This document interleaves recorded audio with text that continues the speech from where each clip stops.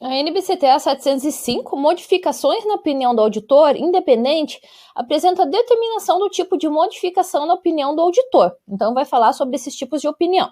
Sobre este assunto, analise as afirmativas a seguir, marque verdadeira para as V para as verdadeiras, verdadeira para as verdadeiras é boa, né? V para as verdadeiras e F para as falsas.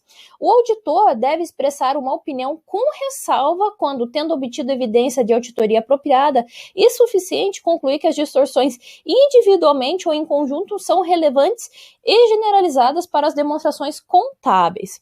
Vamos olhar lá e lembrar o que é uma opinião com ressalva.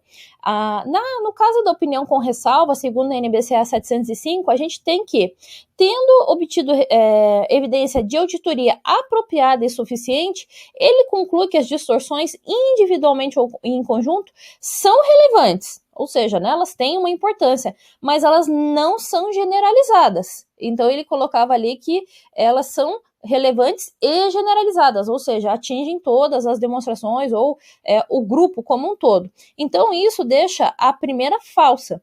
Aí a gente pode descartar a B, a gente pode descartar também a D, ficando aí entre a A e a C. Na segunda, ele diz assim, o auditor deve se abster de expressar uma opinião quando, em circunstâncias extremamente raras, envolvendo diversas incertezas, conclui que, independentemente de ter obtido evidência de auditoria apropriada e suficiente sobre cada uma das incertezas, não é possível expressar uma opinião sobre as demonstrações contábeis, devido à possível interação das incertezas e seu possível efeito cumulativo sobre essas demonstrações. Então, vamos lá dar uma olhadinha o que é essa abstenção de opinião. O auditor, então, se abstém, né, de emitir uma opinião quando ele não consegue obter evidência de auditoria, ou seja, ele não tem matéria para julgar de forma apropriada e suficiente para fundamentar sua opinião. E ele conclui que possíveis efeitos de distorções não detectadas sobre as demonstrações contábeis, se houver, poderiam ser relevantes e generalizados. Em resumo, é verdadeira. Então, se é verdadeira, a gente já consegue excluir de cara a C. Com isso, você já pode marcar aí como verdadeira a letra A.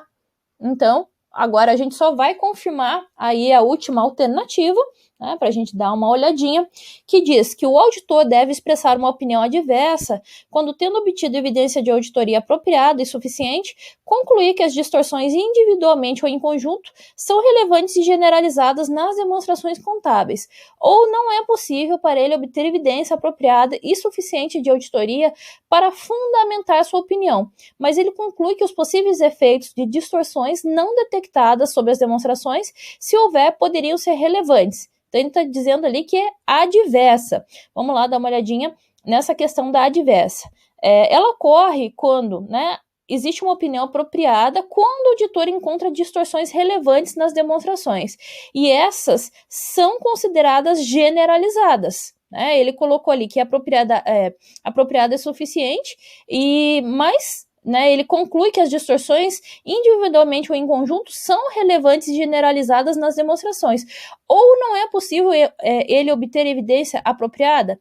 No caso de ele não poder obter evidência apropriada, ele vai ter que emitir, então, ele vai ter uma abstenção de opinião. Por isso, ela é falsa. E a gente realmente ficou, então, com a letra